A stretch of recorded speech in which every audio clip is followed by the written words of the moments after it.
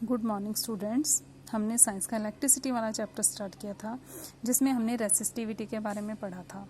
Last topic हमने किया था रेसिस्टिविटी, तो उसी से रिलेटेड हमने कुछ पॉइंट्स करने हैं। मैंने तुम्हें रेसिस्टिविटी के बारे में बताया था कि रेसिस्टिविटी क्या होती है। ये किसी मटेरियल की फंडामेंटल प्रॉपर्टी होती है कि अगर हम कोई कंडक्टर है उसमें हम क्या कर रहे हैं, स्पेशली हम किस मटेरियल की वायर का यूज़ कर रहे हैं, और उसमें रेसिस्टिविटी का काम क्या होता है, फ्लो करंट को कंट्रोल करने का काम होता है कि जो उसमें करंट फ्लो हो रहा है उसको कैसे कंट्रोल किया जा रहा है। इससे रिलेटेड इसमें कुछ पॉइंट्स हैं, जैसे रेसिस्टिविटी इट इज़ कांस्टेंट, इसकी जो वैल्यू होती है ये स्थिर होती है, ठीक है। Range of resistivity of metals and alloys is 10⁻⁻8 to 10⁻⁻6 ohm metre. जो रेसिस्टिविटी की रेंज है मेटल्स और एलॉयज में वो कितनी होती है, 10⁻⁻8 टू 10⁻⁻6 ओम मीटर। मेटल्स में और एलॉयज में इसकी वैल्यू कम होती है, इसलिए इसका यूज़ एज इलेक्ट्रिसिटी में फ्लो ऑफ करंट में मतलब इसका यूज है जो ज़्यादा होता है, ठीक है। उसके बाद है range of resistivity of non metals. Non metals में रेसिस्टिविटी की रेंज कितनी होती है, 10⁻12 to 10⁻17 ohm metre. Copper and aluminium used for electric transmissions as they have low resistivity. Copper और एल्यूमिनियम वायर का यूज़ तुम्हें पता है, इसका यूज़ हम इलेक्ट्रिकल ट्रांसमिशन में ज़्यादा करते हैं क्योंकि इनकी रेसिस्टिविटी क्या होती है, लो होती है।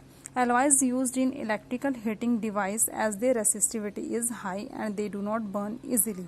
Alloy का यूज़ कहाँ पे किया जाता है, इलेक्ट्रिकल हीटिंग डिवाइस में, जैसे कि जो प्रेस होती है, जैसे हो गया हीटर हो गए, इनमें क्या एलॉयज़ का यूज़ किया जाता है क्योंकि इनकी रेसिस्टिविटी ज़्यादा होती है और ये जल्दी से बर्न नहीं होते, ठीक है। अब बात आती है रेसिस्टर्स। रेसिस्टर्स क्या होते हैं, resistors is an electrical component that limit और regulate the electric current. Resistors क्या होते हैं, इलेक्ट्रिकल कंपोनेंट होते हैं जो हमारा जैसे करंट कंडक्टर होता है, कंडक्टर में क्या है, हम रेसिस्टर्स का यूज़ करते हैं। क्यों यूज़ करते हैं, जो उसमें कंडक्टर में करंट फ्लो हो रहा है, करंट उसमें रेगुलरली फ्लो होता रहे और वो करंट कंट्रोल होता रहे, मतलब लिमिट में रहे। ज़्यादा मतलब अगर फ्लो हो, जैसे ज़्यादा फ्लो हो जाता है करंट तो क्या उसमें ब्लास्ट होने का खतरा रहता है, तो उसमें हम रेसिस्टर्स का यूज़ करते हैं।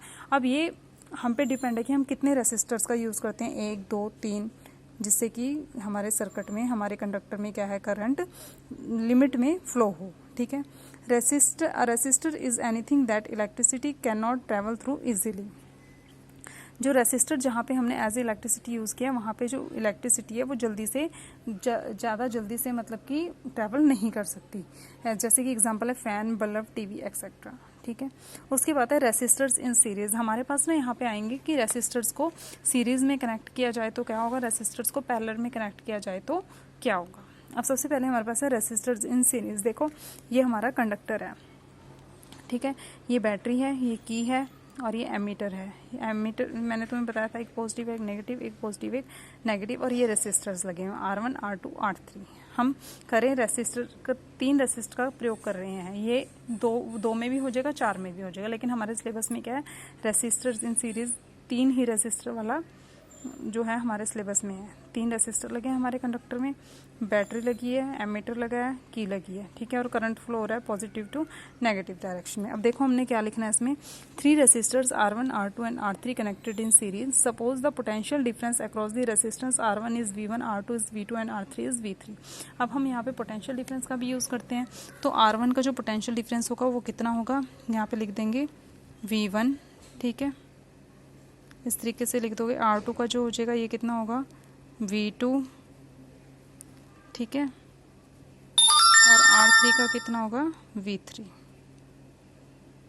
ये इसका पोटेंशियल डिफरेंस होगा। इसके लिए पूरा एक्सप्रेशन है, देखो आगे लिखेंगे, so that total potential difference across the resistance. तो इसका टोटल पोटेंशियल डिफरेंस क्या होगा, V is equal to V1 plus V2 plus V3।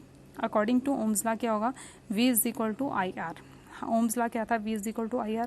Potential difference देखो यहाँ पे मैंने बता दिया, R1 का पोटेंशियल डिफरेंस V1 है, R2 का V2 है, R3 का V3 है, और पूरे कंडक्टर में जो करंट फ्लो हो रहा है वो क्या हो रहा है, I फ्लो हो रहा है, सेम करंट रहेगा पूरे कंडक्टर का, ठीक है। According to Ohm's law V is equal to IR होता है, तो टोटल पोटेंशियल डिफरेंस होगा वो क्या होगा, same current I flows through all the resistance in series applying Ohm's law to each resistance.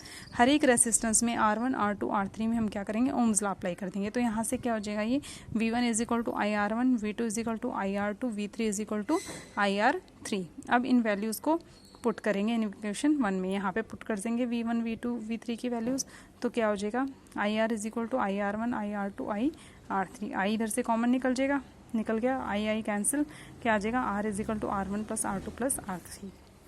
If 3 resistors R1 R2 R3 connected in series then there total resistance क्या हो जाएगी RS is equal to R1 R2 plus R3।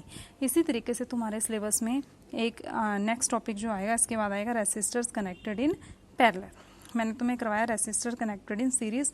अब एक बार parallel वाला तुम खुद करके देखना, उसमें क्या होगा, करंट सेम डायरेक्शन में नहीं होगा, उसमें जो होगा उसमें पोटेंशियल डिफरेंस सेम होगा, उसमें करंट है जो I1 I2 R3 होगा। देख लेना आप लोगों की बुक में ये दिया हुआ है, एक बार देख लेना, मुझे अच्छे से ध्यान नहीं है तो इसको अच्छे से करके एक बार उसकी ट्राई करना, बाकी मैंने तो करवाना ही है वो, ठीक है। Thank you students.